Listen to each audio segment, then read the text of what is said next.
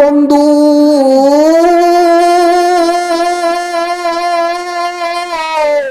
আজ থেকে ১,৫০০ বছর আগে আমার আল্লাহ এই জিকির নামক কোরআন নাজিল কইরা, এই জিকির নামক কোরআনের ভিতরে আমার আল্লাহ ঘোষণা করে দেয়। আমার আল্লাহ ডাকদা বলে, নবী গো, এই কোরআনুল কারীম নাজিল করেছি আমি আল্লাহ, এই কোরআনের হেফাজতের দায়িত্ব নিয়েছি আমি আল্লাহ। চিৎকার দা বলেন না সুবহানাল্লাহ। এ বাজান, এই কোরআন নাজিল করেছে আমার আল্লাহ। আমার আল্লাহ ডাকদা বলেন, ইন্না নাহনু নাযালনা যিকরা ওয়া ইন্না লাহু লাহাফিজুন।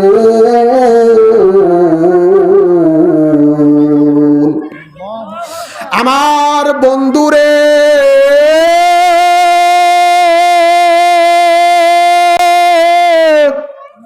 আমার আল্লাহ ডাকদা বলে, দুনিয়ার মানুষ, এই কোরআন নাজিল করেছি আমি আল্লাহ, এই কোরআনের হেফাজতের দায়িত্ব নিয়েছি আমি আল্লাহ।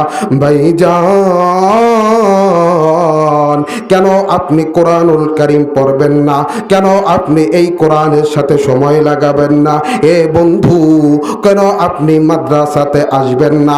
কেন আপনি কোরআনুল কারীমের আলোচনা শুনবেন না? আমার আল্লাহ ডাকদা বলে, নবী গো, তামাম পৃথিবীর জমিনে যাদেরকে আমি মানুষ রূপে সৃষ্টি করেছি, যাদেরকে আমি মানুষ রূপে আমি আল্লাহ তামাম জমিনের ভিতরে আমি আল্লাহ পাঠাইয়া দিয়েছি। ও নবী গো, এই মানুষদেরকে আমি আল্লাহর পক্ষ থেকে আপনি নবী জানাইয়া দেন, আমি আল্লাহ তাদের জন্য 2টা পুরস্কার ঘোষণা করলাম, 2টা নিয়ামত দিয়া আমি আল্লাহ তাদের জিন্দেগিকে আরো সুন্দর করে দিলাম। 2টা কথা বইলে আমি আল্লাহ 2টা নিয়ামত দিয়া তাদের মর্যাদাকে আমি আল্লাহ বাড়াইয়া দিলাম। আওয়াজ দা বলেন না আল্লাহু আকবার। এ বন্ধু, আমার আল্লাহ ডাকদা বলে, নবী গো, 1 নাম্বার নিয়ামত হলো এই কোরআনের দিকে যারা অগ্রসর হবে, এই কোরআনের দিকে যারা আসবে, এই কোরআনের দিকে যারা হাঁটি হাঁটি পা পা করে আসবে, আমার আল্লাহ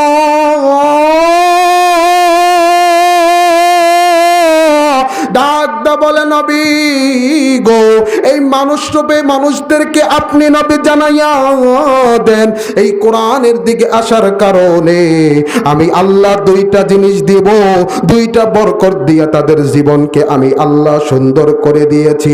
1 নাম্বার হলো এই কোরআনের মজলিসে আসার কারণে, এই কোরআনুল কারীম পড়ার কারণে, এই কোরআনের সাথে সম্পর্ক রাখার কারণে আমার আল্লাহ ডাকদা বলে, নবী গো,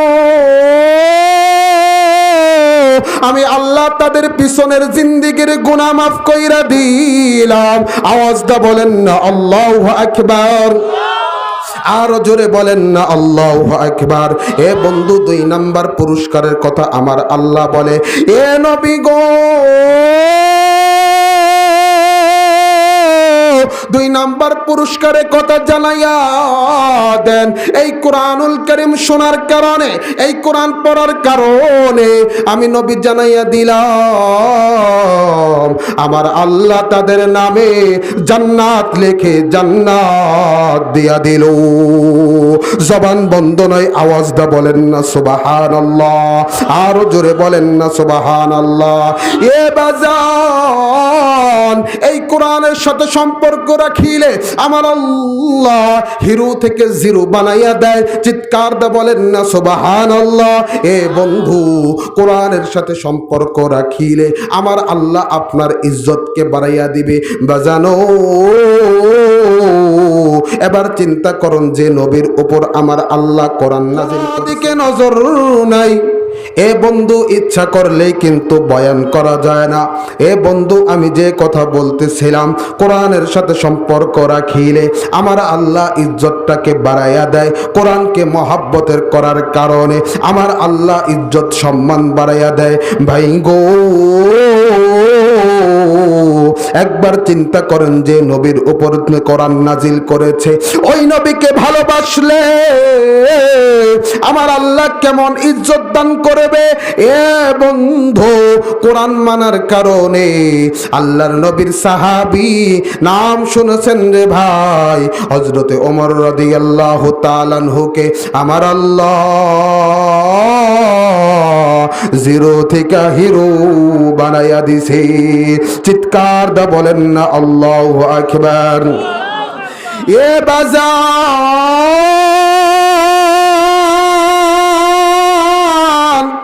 আর লম্বা নয়, আমি এবার আমার আলোচনার দিকে ঢুকলাম।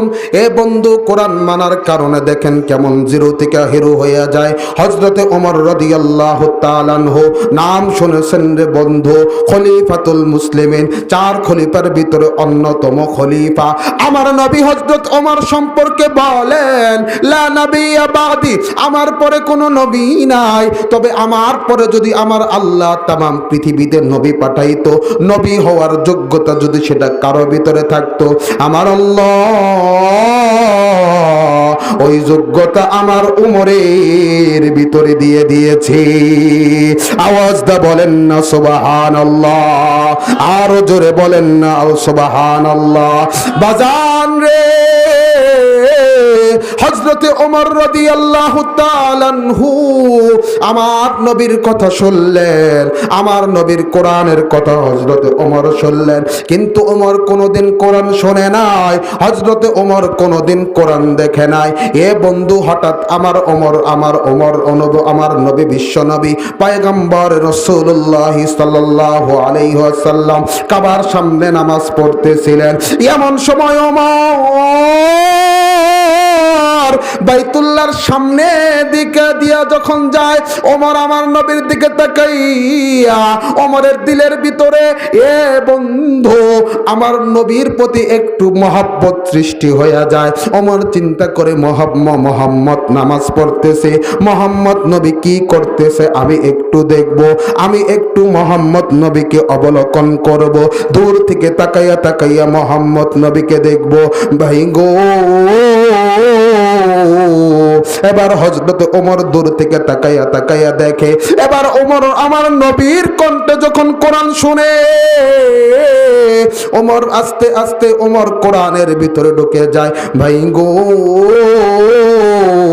আস্তে আস্তে আমার আল্লাহ ওমরের দিলের ভিতরে কোরআনের নূর দিতে থাকে। আওয়াজ দা বলেন না সুবহানাল্লাহ। এরে বন্ধু, এবার হযরতে ওমর যখন দাঁড়াইয়া কোরআন শোনে, এবার ওমর কোরআন শুনতে শুনতে ওমরের দিলের ভিতরে 4টা প্রশ্ন বন্ধ উৎপাদিত হয়, 4টা প্রশ্ন ওমরের দিলের ভিতরে এসে পড়ে। এবার ওমর চিন্তা করে, মুহাম্মদ যা তেলাওয়াত করে এটা মুহাম্মদের বাণী, মুহাম্মদের বাণী কতই না সুন্দর। আমার আল্লাহ ডাকদা বলে, ওমর রে, তোমার চিন্তা ঠিক নয়, তোমার চিন্তা ঠিক নয়। ওমর মনে মনে চিন্তা করে, আর আমার আল্লাহ এই প্রশ্নের উত্তর প্রকাশ্যের ভিতরে দিয়া দেয়। এ বন্ধু, পবিত্র কোরআনুল কারীমের 29 নম্বর পারার 8 নম্বর পৃষ্ঠায় সূরাতুল আল-হাকের ভিতরে আমার আল্লাহ এই প্রশ্নের উত্তর দিয়া দেয়। আমার আল্লাহ পৃথিবীতে ডাকদা বলে, এ মানুষ রে, আমি আল্লাহ এবার তোমার জানাইয়া দিলাম, ইন্নাহু লাকাউলু রাসূলিন কারীম।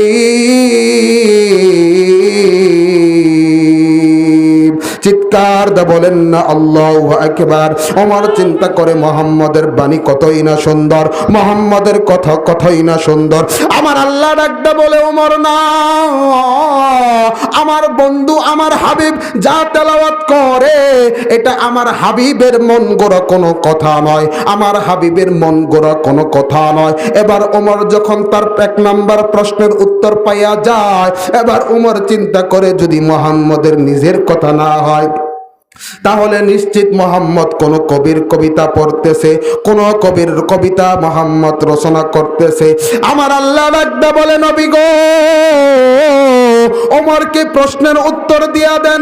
আমার নবী ডাকতে বলেন, ওয়ামা হুয়া বিকাউলি শাইর, না না না, এটা কোনো কবির কবিতা নয়, এটা কোনো কবির কোনো কবিতা নয়।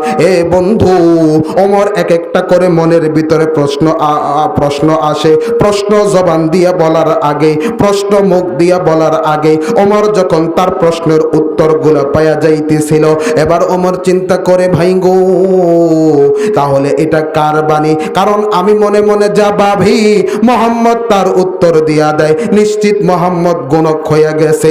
আমার আল্লাহ ডাকটা বলে, ওমর, না না, এটা গুণকের কোনো কথা নয়। এবার ওমর চিন্তা করে, এটা মোহাম্মদের নিজের বাণী যদি না হয়, এটা যদি কোনো কবির কবিতা না হয়, এটা যদি কোনো গুণকের কোনো কথা না হয়, এটা কার কথা, কোথা থেকে আসলো?